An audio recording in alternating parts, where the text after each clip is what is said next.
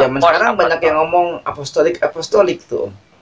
Gimana, Om? Nah, itu pengen naik derajat. Oh. Pengen naik derajat menjadi raja. Jadi jangan kita niru-niru Tuhan Yesus, tapi dengan kemauan diri sendiri. Iya. Kalau Roh Kudus yang memimpin, nggak apa-apa, silahkan. Iya. Salam cinta Tuhan, sayangi keluarga dan jaga kesehatan. Jawab Yesus kepadanya, kasihilah Tuhan Allahmu dengan segenap hatimu dan dengan segenap jiwamu dan dengan segenap akal budimu. Itulah hukum yang terutama dan yang pertama. Dan hukum yang kedua yang sama dengan itu ialah kasihilah sesamamu manusia seperti dirimu sendiri. Injil Matius pasal 22 ayat 37 sampai 39. Saudara, mari kita berdoa lebih dahulu. Bapa kami yang di surga, Allah yang hidup, pencipta langit dan bumi segala isinya, Allah yang maha kasih, yang rela menebus dosa-dosa kami oleh pengorbanan Tuhan Yesus di kayu salib, Allah yang menggembalakan kami, memelihara kami siang dan malam, ke Allah punya rencana yang sempurna dalam kehidupan kami. Kami bersyukur kepadamu, kami bersyukur banyak, terima kasih oh Bapa. Kasih-Mu itu melebihi pikiran manusia, kasih-Mu juga melebihi dosa-dosa kami.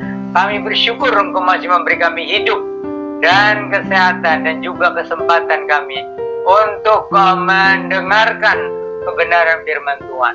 Kiranya Roh Kudus menyucikan, mengurapi, melengkapi dan memakai hamba Tuhan yang melayani. Nama-Mu dipermuliakan Bapa.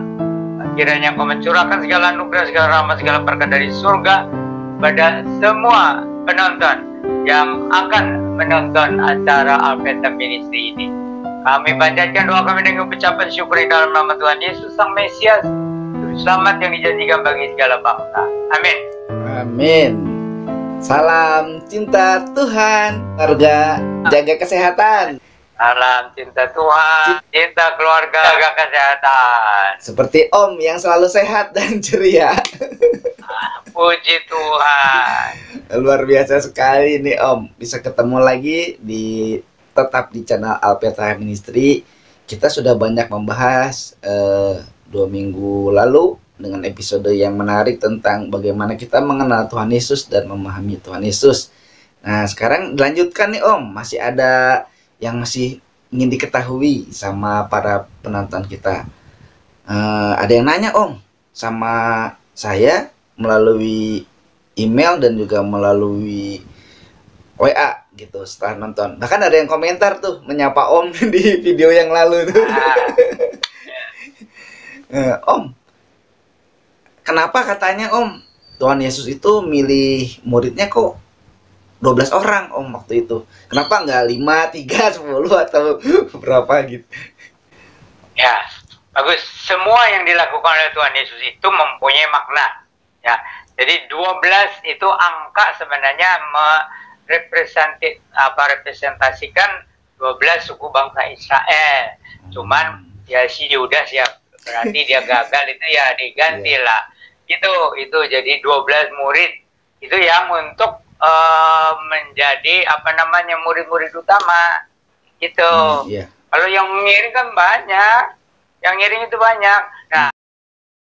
Nah, lalu selain 12 itu kemudian Tuhan Yesus kan mau jadi memuridkan, jadi betul-betul secara pribadi-pribadi gitu ya. Nah, terus ada prakteknya. Jadi banyak orang yang nggak tahu tuh. Jadi sesudah ngikut Yesus nggak tahu berapa bulan ya, sudah ngerti yang berita Injil itu kan sederhana sebenarnya.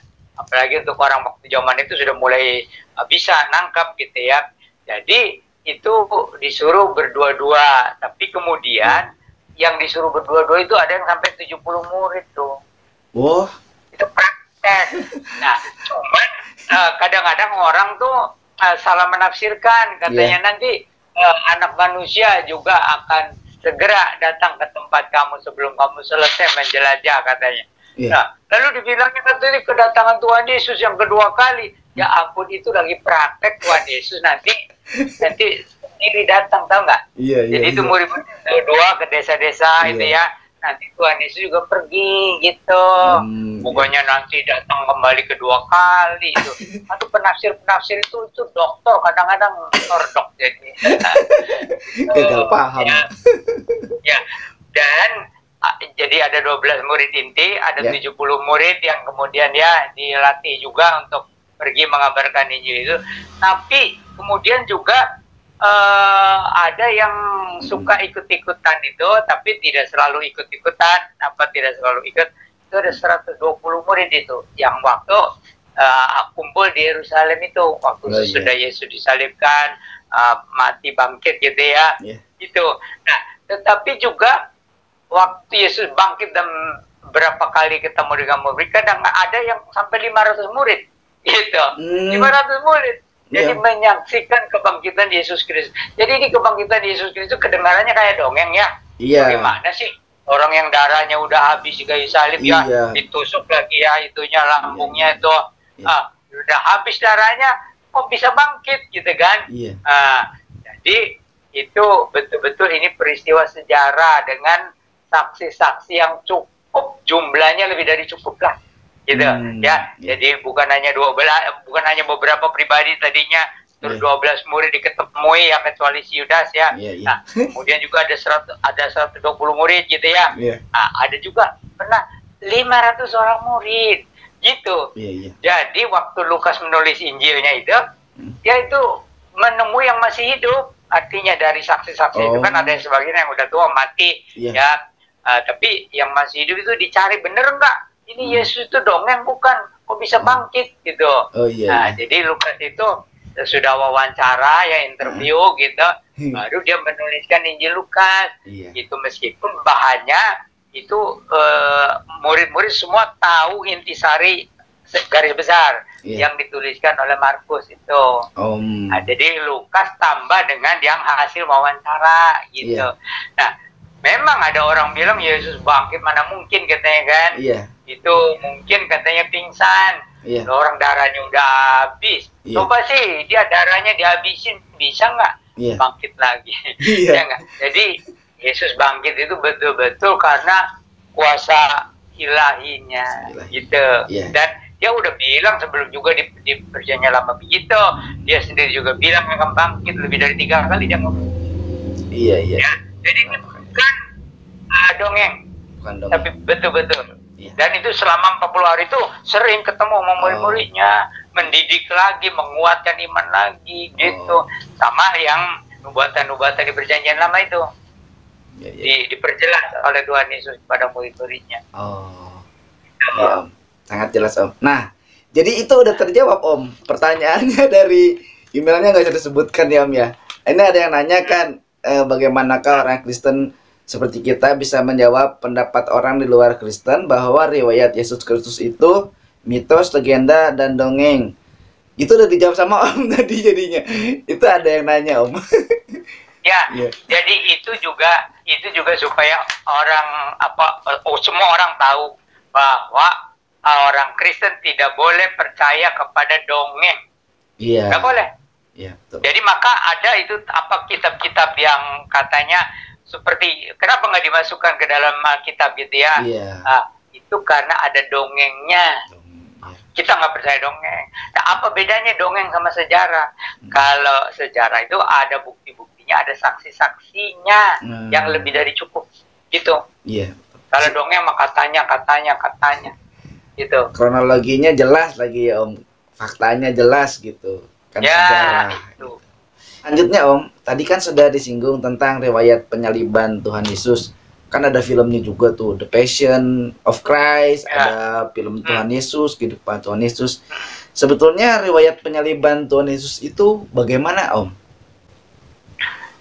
Jadi itu kan pertama itu nubuatan-nubuatan perjanjian lama ya, bahwa kalau Mesias datang tuh harus disalibkan. Jadi mau nggak mau, kalau misalnya Yesus tidak disalibkan, diangkat gitu hidup-hidup, berarti perjanjian lamanya bohong itu nabi-nabinya gitu.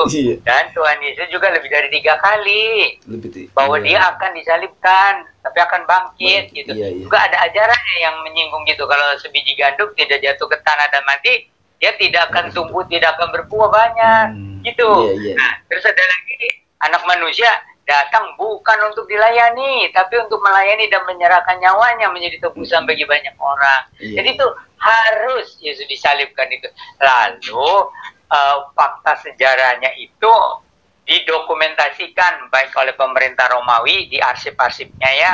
Juga ada ahli sejarah itu, ada ahli sejarah dari Romawi gitu ya, ada juga yang pejabat itu. Jadi itu diarsipkan. Jadi soal Yesus itu betul-betul disalibkan itu tidak bisa disangka secara ilmiah, tidak bisa disangka. Itu kejadian benar-benar. Gitu. Nah itu waktu kan itu sesuai dengan rencana Allah ya Om ya. Betul. Iya. Orang Israel itu kan waktu membunuh dengan menyelibkannya atas keputusan Pontius Pilatus kan ya. Tapi bukankah rakyat waktu itu dikasih pilihan ya, mau bebaskan Barnabas, Barabas atau Barnabas? Barabas ya, atau Tuhan Yesus? Barabas. Iya. Yesus Barabas. Oh namanya Yesus Barabas. Iya, Yesus juga, cuman Barabas anaknya itu Abbas sama gitu. Oh. Gitu. Jadi Yesus kan artinya sama dengan Yesua, dipakai juga ada orang lain. Seperti yang sekarang-sekarang nih nama itu. Ini bedanya Yesus Sang Mesias gitu, Yesua Hamasiah gitu. Lalu mereka itu orang Yahudi itu ya Om ya, orang Israel itu kenapa kok mereka salibkan dia gitu? Kenapa Tuhan itu matinya kok harus disalibkan gitu? Tidak dalam kondisi nggak tahu lagi duduk, nggak tahu lagi makan, nggak tahu lagi apa, nggak tahu sakit. Ya betul. Jadi itu karena Yesus tuh dituduhnya sebagai pemberontak oleh pemerintah Romawi. Karena dia kan Mesias itu raja. Kok ada raja lagi? Padahal ada kaisar di Roma, gitu kan. Nah, jadi kalau orang-orang Yahudi itu karena dihasut oleh pemimpin-pemimpin agama, itu pemimpin agama itu yang waktu itu ya busuk gitu. Mereka itu jadi seolah-olah nanti kalau orang ikut Yesus jadi ahli-ahli Taurat itu nggak laku lagi. Gitu ya, dengki, iri, dan juga penghasilan mereka akan hilang. Gitu ya. Jadi salib itu dihasut. Waktu itu ada provokator juga berarti ya Om? Wih, provokatornya banyak gitu. Apalagi itu kan pakai baju agama. Oh iya. Kalau pakai baju agama provokasi ya. Itu orang, pokoknya benar dah, ini pasti benar itu karena ahli agama yang ngomong, ulama. Itu. Itu jadi apa Om? Hukuman salib itu tradisinya untuk penjahat ya Om, waktu zaman Romawi itu. Ya, jadi kenapa harus diputuskan oleh Romawi? Karena kalau hukumannya hukuman mati, itu harus disahkan oleh pemerintah jajahan. Gitu. Kalau hukuman cambuk atau apa boleh, terserah kamu. Itu menurut agamamu. Itu kan tadinya Pilatus juga bilang, kamu aja yang hukum. Gitu. Tapi mereka bilang kami tidak berani untuk menjatuhkan hukuman mati. Gitu ya. Jadi minta pemerintah yang itu. Tapi itu memang sudah seperti di nubuatan juga bahwa dia itu seolah-olah matinya di tangan orang kafir gitu. Padahal ya mereka orang Yahudi juga yang menyerahkan. Mereka mau cuci tangan, tau nggak? Cuci tangan jadi seolah-olah biarin dia pemerintah kalau dosa juga biarin itu Romawi. Tetapi kemudian Pilatus balikin lagi gitu ya. Dia nggak ada salah. Tidak pantas jadi hukum itu. Nah, begitu biar katanya darahnya tertanggung atas kami dan atas anak cucu kami. Nah, itu bawa kutuk kepada mereka sendiri dan kepada anak cucunya. Maka tahun 70 abad pertama tahun 70 abad pertama itu Bait Allah dihancurkan rata dengan tanah. Juga itu tembok Yerusalem juga diratakan dengan tanah itu tahun 70 abad. Jadi kira-kira 30 tahun lebih atau 40 tahun sesudah Yesus disalibkan. Itu hukuman yang pertama. Yang mati itu mendekati 1 juta. Gitu. Dan sepanjang sejarah sampai sekarang, sampai abad ke-21 ini, itu orang Yahudi tidak pernah berhenti dapat hukuman siksaan. Baru tahun 1948 dia bisa dapat tanah di Palestina itu ya. Ini pemenuhan janji Tuhan juga bahwa Tuhan tidak akan menghancurkan bangsa Israel. Nanti sisanya nanti akan diselamatkan. Jadi dari mana-mana itu orang Yahudi itu ya pulang gitu, tapi masih banyak yang di luar negeri juga. Gitu. Udah tersebar. Karena orang Yahudi tidak punya negara. Jadi waktu ditanya, waktu ditanya ya sama bangsa Inggris, kamu minta apa? Karena orang Yahudi itu berjasa memenangkan perang dunia itu dengan senjata itu, bom apa itu. Terus kami tidak punya negara, berilah kami negara. Dikasih sedikit tadinya di Palestina itu. Jadi waktu itu dikuasai oleh orang-orang Arab Palestina, bukan orang Filistin. Orang Filistin sudah nggak ada. Orang-orang Arab Palestina dan campur di situ ya. Nah, jadi berdirilah 1948 negara Israel gitu ya. Mereka memimpikan betul-betul itu nanti Israel nanti ya seperti yang dulu lagi gitu ya. Tapi langsung itu disergap oleh 3 negara yang dekat itu. Tapi Israel karena merasa ini mati-matian nih, hidup atau mata kita harus melawan gitu ya. Meskipun sedikit, melawan berapa puluh juta itu ya orang Arab itu ya, Mesir sama Syria sama mana lagi gitu ya. Bisa menang. Waduh, itu mujizat itu, meskipun Israel itu sudah memberontak ya kepada Tuhan. Mujizat ditolong. Jadi karena menang tambah lagi. Nambah area ya? Iya. Terus tahun 1967 diserang lagi, menang lagi, nambah lagi. Jadi orang-orang Yahudi dari luar, di seluruh dunia itu ada yang pulang gitu. Tetapi itu yang betul-betul cinta tanah air lah. Kalau orang-orang kaya kebanyakan nggak mau pulang. Iya sih. Ngapain lagi katanya? Orang-orang kaya apalagi di Amerika itu memegang keuangan Amerika lah, itu berpengaruh lah. Iya betul. Yahudi. Iya.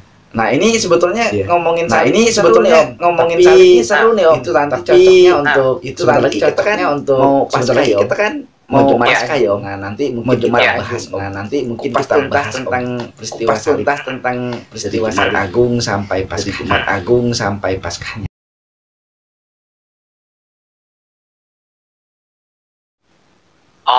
Kenapa antara Maret dan April gitu ya? Jadi itu penanggalan peringatan Jumat Agung Paskah ngikutin penanggalannya orang Israel. Nah, penanggalan orang Israel itu gabungan antara perhitungan peredaran bulan dan matahari. Gitu. Nah, jadi kalau sudah berapa 3 tahun, kalau sudah 3 tahun itu sudah 1 bulan itu berkurangnya karena peredaran bulan kan 29 hari 30 hari. Jadi mesti ditambah lagi. Jadi biasanya bulan Maret terus bisa menjadi bulan April. Itu sama seperti penanggalan orang Tionghoa atau penanggalan Cina. Penanggalan Cina itu jadi berdasarkan peredaran matahari dan peredaran bulan dan matahari digabung. Maka tahun baru Cina juga itu bisa Januari, bisa Februari. Nah, itu beda lagi dengan penanggalan orang Arab. Kalau penanggalan orang Arab cuma peredaran bulan, makanya terus maju. Itu Lebaran itu. Lebaran itu selalu maju 11 hari. Karena kalau menurut peredaran bulan itu 354 hari. Kalau peredaran matahari itu 365 hari. Gitu nggak? Jadi ngikutin penanggalan Israel. Gitu. Makanya tahun Masehi dibilangnya ya Om ya. Kenapa disebut tahun Masehi tapi tidak tahun itu Israel ya? Karena ngikutnya itu dihitungnya dulu kira-kira Yesus lahir itu tahun 0 atau tahun 1, tapi ternyata keliru. Ternyata sebenarnya itu tahun 4 sebelum Masehi Yesus lahir. Tapi mereka tuh jadi ngitungnya itu tarik Masehi itu maksudnya tahun dari kelahiran Yesus. Maksudnya. Gitu. Jadi tahun Masehi itu. Tetapi itu juga bagus. Artinya apa? Sejarah dunia itu dibagi dua, sebelum Yesus lahir dan sesudah Yesus lahir. Iya. Itu kan luar biasa pribadi Yesus. Siapa yang sampai membelah sejarah dunia dari sebelum lahir dan sesudah dia lahir? Gak ada. Ya, Iya, nggak ya, nggak ada. Cuma Yesus yang membagi sejarah itu menjadi dua, sebelum dia lahir dan sesudah dia. Iya, Om. Betul, Om. Gitu. Wah, ini menarik sekali nih, Om. Tadi udah dijelaskan juga tentang kebangkitan Tuhan Yesus dan nanti kedatangannya yang kedua kali ini. Ini berkaitan dengan Pantekosta ya, Om. Kalau riwayat kenaikan terus nanti turunnya Roh Kudus itu Tuhan Yesusnya ikut turun atau enggak tuh? Jadi begini, waktu sesudah 40 hari mengajar dia, Tuhan Yesus sengaja kumpulkan murid-muridnya. Iya. Terus mau perpisahannya itu siang-siang hari, waktu Tuhan Yesus mau naik ke surga itu pelan-pelan. Wah itu kalau saya pengennya hadir. Iya. Pertama kali baca itu, aduh saya membayangkan ya Tuhan itu naik ke surga, saya ikut masuk ke surga ya. Itu hati saya yang ikut. Iya. Jadi itu siang-siang hari, bukan malam. Jadi disaksikan oleh murid-muridnya, itu 120 murid lihat. Jadi bukan dongeng juga, ya enggak? Iya. Kan ada yang ceritanya, ada orang katanya ke surga malam-malam hari. Siapa yang ngeliat? Lalu Yesus tuh siang. Gitu. Nah itu penting, itu karena apa? Tuhan Yesus berkata, aku pergi menyediakan tempat bagimu. Gitu. Iya. Nah sesudah aku pergi menyediakan tempat bagimu, nanti aku akan datang kembali untuk menjemput kamu. Nah ini sebenarnya juga salah satu keistimewaan agama Kristen, yaitu apa? Bukan saja tentang inkarnasi Tuhan Allah bernyata menjelma menjadi manusia Yesus, tetapi juga yaitu mujizat yang melebihi nabi-nabi, juga ajarannya itu yang sampai waktu di kayu salib itu salah satu kalimatnya itu yang luar biasa, Bapa ampunilah mereka karena mereka tidak tahu apa yang mereka perbuat. Tidak ada tuh orang yang mendoakan mengampuni, minta ampun untuk musuh-musuhnya. Iya. Gitu ya. Nah, jadi itu jadi betul-betul Yesus disalib itu betul karena ada 7 kata-katanya tuh bukan kata-kata orang lain, itu kata-kata Yesus. 7 kalimat. Nah, kemudian waktu Yesus bangkit itu tadi ya sudah saksi-saksinya lebih dari cukup.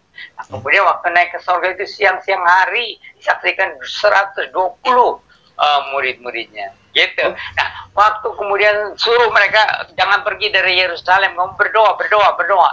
Nah, terus Roh Kudus turun. Nah, ini Roh Kudus ini Roh dari Allah Bapa, tapi atas nama Tuhan Yesus yang berkuasa menurunkannya. Nah, ini beda dengan Roh Kudus di Perjanjian Lama. Jadi kalau Roh Kudus dalam Perjanjian Lama itu memang mewakili Allah juga, gitu. Cuman kalau yang ini Roh Kudus ini khusus untuk menyertai pekabaran Injil. Roh Kudusnya sebenarnya yang sama, Roh Allah juga. Cuman fungsinya kalau sekarang ini tugas Roh Kudus yang terutama ini di dalam nama Tuhan Yesus Kristus menyertai pekabaran Injil, menyertai juga pemuridan, menyertai murid-murid gitu dalam kehidupan sehari-hari. Maka Tuhan bilang, aku menyertai kamu senantiasa sampai kepada kesudahan zaman. Gitu, ngerti nggak? Jadi itu Roh Kudus itu betul-betul memenuhi janji Tuhan Yesus bahwa Tuhan Yesus menyertai murid-muridnya, tetapi melalui Roh Kudus. Dan Roh Kudus itu yang akan tinggal di dalam kita, yang membawa kita kepada kebenaran, yang akan membela kita. Bukan seorang manusia. Roh Kudus mana itu menyertai selama-lamanya. Gitu. Manusia paling berapa puluh tahun juga dead. Ya enggak? Mati. Ini Roh Kudus menyertai umat Kristen. Makanya kita juga kadang-kadang ada berapa kali kita kan lemah. Kita juga mungkin jatuh atau hampir jatuh, terpuruk. Tapi anugerah Tuhan melalui Roh Kudus itu membangunkan kita lagi.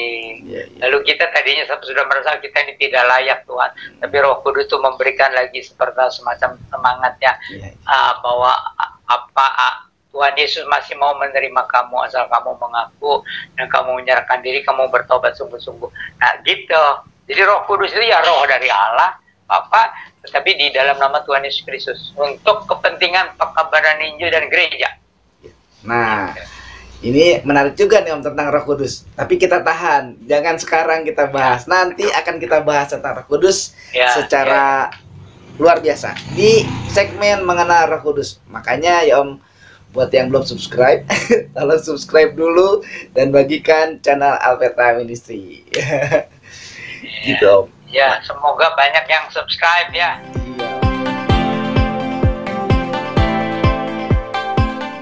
Ini penting sekali untuk diketahui oleh jemaat. Ya Om. Om, agak mundur dikit nih Om.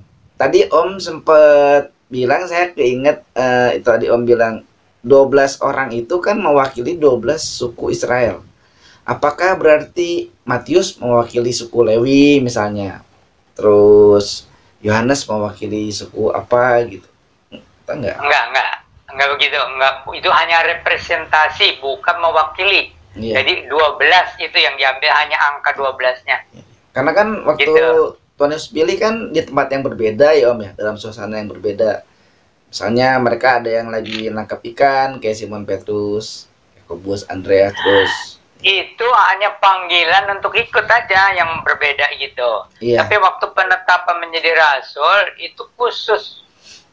Jadi Tuhan Yesus juga berdoa kepada Bapa untuk memastikan siapa-siapa, termasuk si Yudas juga. Itu waktunya khusus. Jadi itu untuk menjadi rasul itu ada panggilan khusus.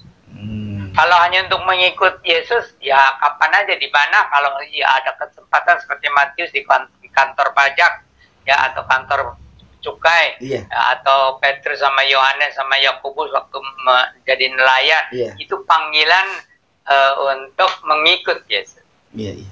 Kalau jadi rasul itu undangan yang khusus lagi. Karena gitu. Kan waktu Tuhan Yesus masih hidup ya Om, kan dia ketemu Zakius misalnya. Cerita Zakius kan begitu dikenal, banyak orang lah yang kita tahu dari sekolah minggu sampai sekarang. Kok kenapa nggak Zakius gitu? Tapi begitu lihat Matius, kamu ikut aku gitu. Terus Filipus, kamu ikut aku gitu.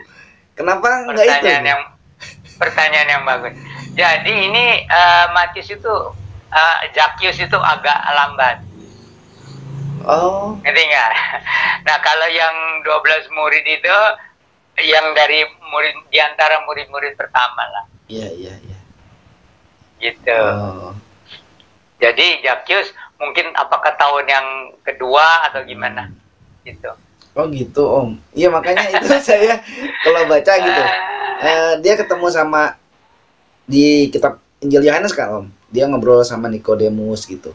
Kenapa enggak? Nikodemus, Anda saya pilih jadi murid saya gitu, kok enggak gitu Om? Ya, itu Nikodemus kan itu orang pintar juga ya. Iya. Tetapi jadi semua itu kan pertimbangannya antara Tuhan Yesus dengan Allah Bapa. Rundingannya itu. Jadi dipastikan yang mana, termasuk si Yudas itu juga itu sudah. Jadi mungkin secara pribadi Tuhan Yesus nggak mau ya sama Yudas itu. Itu. Tapi kan Yesus dengan Allah Bapa kan sudah berunding itu bahwa ini harus dikasih kesempatan. Iya. Gitu. Sama orang-orang yang di luar juga sebenarnya ya, Tuhan tuh mau kasih kesempatan yang sama sebenarnya. Iya. Gitu ya Om gambarannya. Jadi banyak yang terpanggil, sedikit yang terpilih itu ya Om berarti. Ya, betul. Nah, untuk penonton lagi nih, kalau mau tahu pengkhianatan Tuhan Yesus oleh Yudas Iskariot, bisa lihat videonya setelah video ini nanti di khotbahnya Om Yan.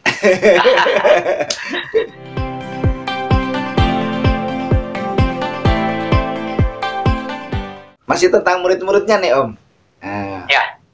Ada satu murid yang selain Yudas Iskariot yang menonjol, ada Thomas. Sebetulnya sudah pernah disinggung sama Om. Nah, Thomas ini latar belakangnya sebetulnya bagaimana sih Om? Jadi itulah Tuhan itu memilih orang tuh pribadinya berbeda-beda, nggak sama. Jadi Thomas ini bisa mewakili orang yang kritis, gitu. Mewakili orang yang suka berpikir, gitu. Jadi waktu murid-murid yang lain ketemu Tuhan Yesus bangkit, Ini si Thomas ini nggak mungkin, mana bisa, ya sudah habis darahnya di kayu salib, bagaimana dia bangkit? Dia itu bisa juga ada sedikit ateisnya tadinya ya. Artinya kalau orang sekarang ya dia, waktu itu orang Yahudi mah semua beragama, yakin ada Allah. Cuma mengenai Yesus itu bisa agnostik gitu kan. Kalau saya belum ketemu mah kayaknya nggak yakin dah. Saya nggak tahu ini benar apa enggak gitu, agnostik. Nah, ada lagi nih yang kritis. Ini orang kritis. Ya, saya tidak tahu pendidikannya sampai di mana ya.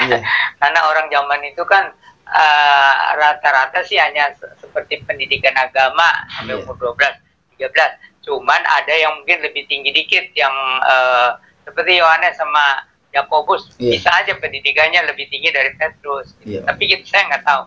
Nah, kalau Matius itu mungkin kalau sekarang itu jadi seperti apa namanya program apa tuh sesudah SMA itu yang bukan sarjana, apa namanya itu? Diploma. Program diploma. Jadi kalau Matius itu mungkin program diploma accounting. Mungkin gitu lah. Ya, tapi kita nggak tahu persis. Iya, Om. Soalnya dari sekian banyak murid-muridnya ya, Om ya. Kan yang menonjol itu, yang selalu menonjol ada di dalam Alkitab, terutama Kisah Para Rasul, hanya Simon Petrus, terus Yakobus, Yohanes. Ini yang lainnya kira-kira kemana ya, Om ya? Jadi kalau yang waktu hari Pentakosta itu sebenarnya ada di situ 12 ditambah dengan yang baru itu. Iya. Ya. Nah, itu waktu berkhotbah itu semua berdiri. Cuman juru bicaranya itu Petrus. Oh, gitu. Nah, kalau sudah selesai ibadah atau khotbah, ya kemudian 12 murid itu ada ini seperti komsel tuh, tahu nggak? Jadi bentuk itu, jadi pemuridan gitu. Nah, baru sesudah penganiayaan itu waktu Saul yang menjadi Paul. Nah, itu kemudian terpencar mengabarkan Injil, ada yang ke Mesir, ada yang ke mana itu Persia, terus India. Ada yang ke Spanyol, ada yang ke Irak gitu.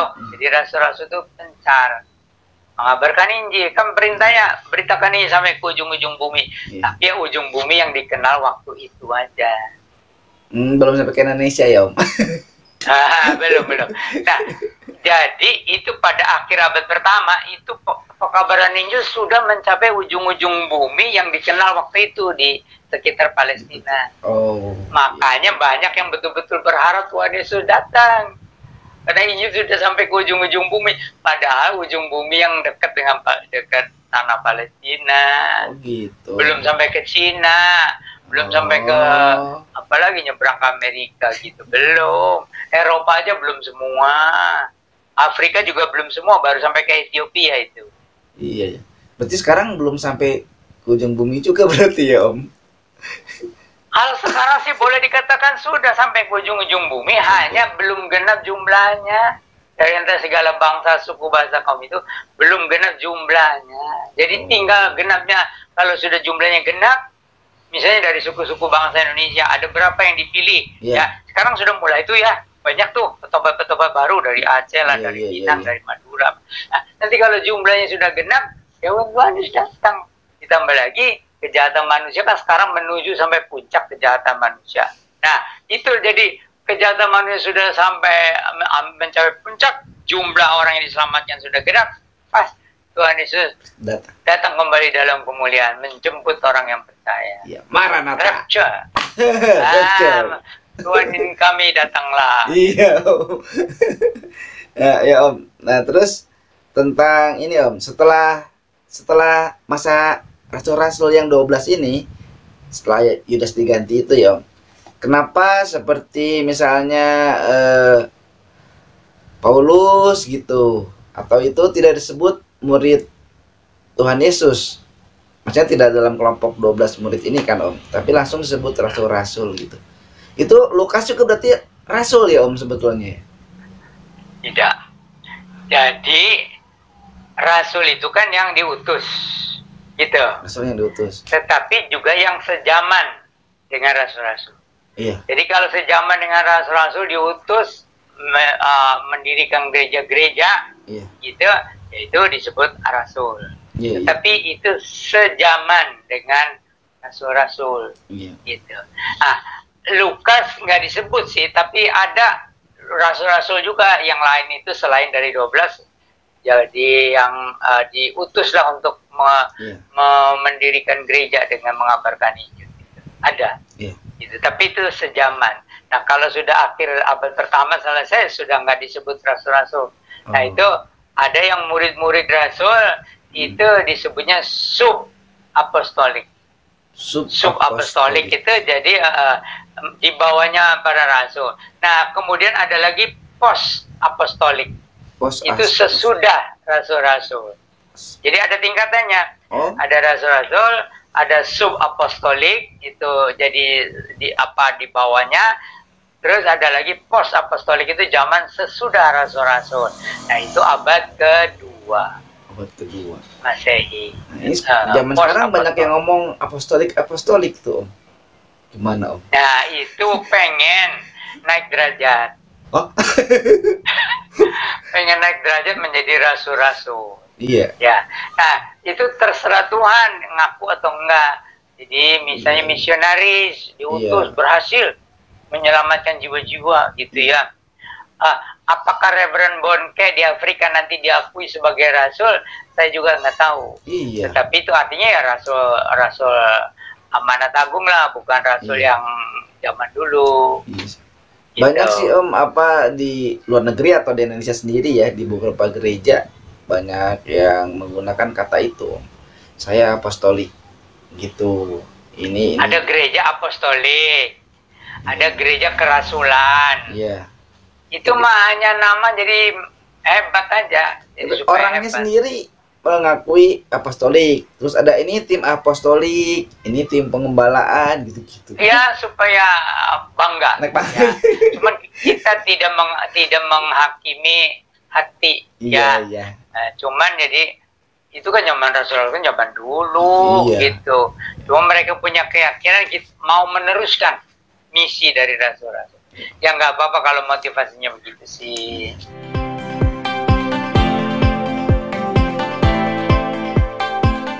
Semua tentang keilahian Tuhan Yesus dan kemanusiaan Tuhan Yesus sudah kita kupas tuntas, Om, dengan sangat luar biasa sekali dan sangat jelas. Waktu yang di episode lalu ada yang tertunda, Om. Itu tentang Tuhan Yesus puasa kan 40 hari 40 malam itu yang sudah dijelaskan. Iya. Nah, Om, tradisi sekarang ini kan kebetulan kita lagi bulan puasa nih, Om. Secara Kristen dulu sempat disinggung sama Om singkat sekali. Nah, mungkin sekarang bisa dijelaskan, Om, lebih luas lagi tentang puasa dalam Kekristenan. Kalau agama Kristen itu bukan secara syariah atau secara aturan. Iya. Karena ini dari Roh Kudus. Jadi kehidupan baru. Jadi kalau ada orang digerakkan oleh Roh Kudus untuk berpuasa, apakah itu tujuan pribadi supaya lebih dekat dengan Tuhan, apakah itu supaya dia bisa lebih banyak waktu berdoa, atau dia mau meningkatkan kerohaniannya, itu antara dia dengan Roh Kudus itu. Jadi sama sekali tidak ada satu keharusan tanggal berapa atau bulan apa, tidak. Ya, ada orang Kristen yang seperti seminggu sekali puasa. Gitu, ada yang sebulan sekali puasa. Tapi itu tidak diharuskan kapan puasanya. Ada yang karena melihat keadaan gereja yang banyak orang berdosa, orang Kristen yang palsu, berdoa berpuasa. Gitu. Ada yang punya beban mendoakan pekabaran Injil di antara bangsa apa atau di antara suku apa, berpuasa. Ada yang kuat 3 hari 3 malam. Ada yang seminggu cuman suka minum. Ada minum air putih gitu ya. Nah, itu bagaimana Roh Kudus. Ada yang nekat seperti itu 40 hari gitu ya. Nah, itu membahayakan nyawanya. Karena kan tidak seperti yang saudara kita ya Iya. Umat Islam ini kan malam makan Iya. 2 kali. 2 kali. Dia nggak buka sama sahur. Iya. Itu maka ada orang bilang, wah, makanya waktu Cheng Ho itu Laksamana Cina datang ke Indonesia, dia kan Islam tuh Cheng Ho. Iya. Itu. Tapi anak buahnya kan itu agamanya ada Buddha, Iya. ada apa ya? Atau Kristen mungkin nggak ada lah. Iya. Cheng Ho bilang saya puasa katanya waktu bulan puasa itu Ramadan. Tapi anak buahnya malam-malam ngelihat itu Cheng Ho malam-malam ke dapur. Itu. Ini mah munafik katanya, ini mah bilang puasa sebulan tapi ternyata malam makan katanya. Iya. Ini mah katanya seperti dibalik aja. Siang nggak makan, malam tapi makan. Itu anak buahnya Cheng Ho tuh. Oh. Gitu. Padahal nggak Jadi ya. ya itu kan keyakinan orang, kita nggak bisa Iya, nggak bisa. menilai ya. Itu biarin, itu keyakinan mereka. Kita hargai dah Iya. keyakinan orang. Om, waktu Tuhan Yesus 40 hari 40 malam itu ada yang menafsirkan bahwa dia memang tidak makan, tapi katanya dia minum, Om. Kan ini tentang keilahian dan kemanusiaan Tuhan Yesus. Tuhan Yesus kan ilahi, nggak minum juga nggak masalah kan, Om? Musa aja bisa 40 hari 40 malam. Musa ya, Om ya? Iya, apalagi Yesus. Iya, yang Tuhan kan, Om. Iya, Musa aja bisa. Tapi kembali kata Om tadi kan, karena itu Roh Kudus yang menguasai dia kan, ada Roh Tuhan. Betul. Kalau enggak, Ya, jadi jangan kita niru-niru Tuhan Yesus tapi dengan kemauan diri sendiri. Iya. Kalau Roh Kudus yang memimpin, nggak apa-apa, silahkan. Terus murid-muridnya, Om, waktu Tuhan Yesus ada sama mereka gitu, apakah Tuhan Yesus puasa terus murid-muridnya juga ngeliat, oh puasa nih, jadi ikut puasa gitu? Itu sebelum punya banyak murid, itu sebelum punya murid-murid, itu habis dibaptiskan Iya, Om. oleh Yohanes Pembaptis, terus oleh Roh Kudus dipimpin ke padang belantara berpuasa. Itu mah di situ tuh ada macan, ada apa, binatang buas, ada ular apa, tapi semuanya nggak ganggu sama Tuhan Yesus, nggak ada yang ganggu gitu. Iya, Om. Jadi belum memanggil murid-murid. Setelah itu apakah dia berpuasa enggak? Kan ada yang nafsirin ya selama itu karena keilahiannya, waktu sama muridnya juga, murid-muridnya lihat paling dia tidur sebentar, terus makan juga jarang katanya. Itu adat orang Yahudi itu 1 tahun sekali. Ada bulan keberapa, hari keberapa, itu setahun sekali. Jadi itu yang diharuskan. Itu harus ngaku dosa, nangis. Kalau bisa bajunya juga seperti atau apa, rambutnya dikaituin abu gitu ya. Itu menurut di kitab Taurat gitu. Nah, jadi orang-orang Farisi ahli Taurat itu ada puasa wajib setahun sekali tapi 1 hari gitu ya. Tetapi di samping itu ada orang-orang yang sukarela berpuasa untuk mendekatkan diri dengan Tuhan, seperti Simeon, Hana ya, meskipun itu tidak dipimpin, juga yang lain yang sudah ini pengen dekat sama gereja gitu. Seringkali juga meskipun dipimpin gerakan Roh Kudus untuk berpuasa.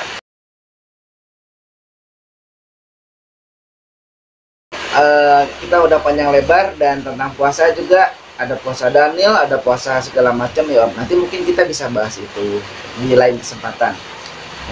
Untuk sobat Alpetra Ministry, kita akan mendengarkan closing statement dari Om Yan, dan jangan lupa ya subscribe, like, dan share.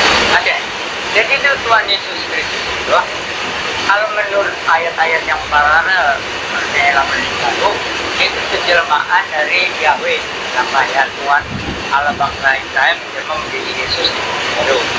Nah, tetapi itu betul-betul ini penjelmaan, maka 100% manusia itu, maka jadi bukan jelek jadi manusia, tapi harus penjelmaannya dalam rahim Maria. Itu betul-betul penjelmaan, bukan dari telurnya Maria. Jadi 100% ilahi Tuhan dalam penyelamat, tapi juga 100% Ya, karena dia menjelma menjadi daging gitu, cuma tidak ada dosa gitu. Supaya kita tahu, nah sebagai manusia ya ada di dalam sejarah, bukan dongeng. Semoga setelah menonton tayangan-tayangan kita ini, semakin banyak orang yang percaya Tuhan Yesus dan semakin cinta sama Tuhan Yesus. Seperti Alpetra Ministry, cinta Tuhan, sayang keluarga, dan selalu jaga kesehatan. Ya Allah. Baik Om, lagi-lagi waktu Om yang memisahkan kita. Jadi rupanya sampai di sini dulu ya, sahabat Alpetra Ministry. Dan kita akan mengakhiri dengan berdoa.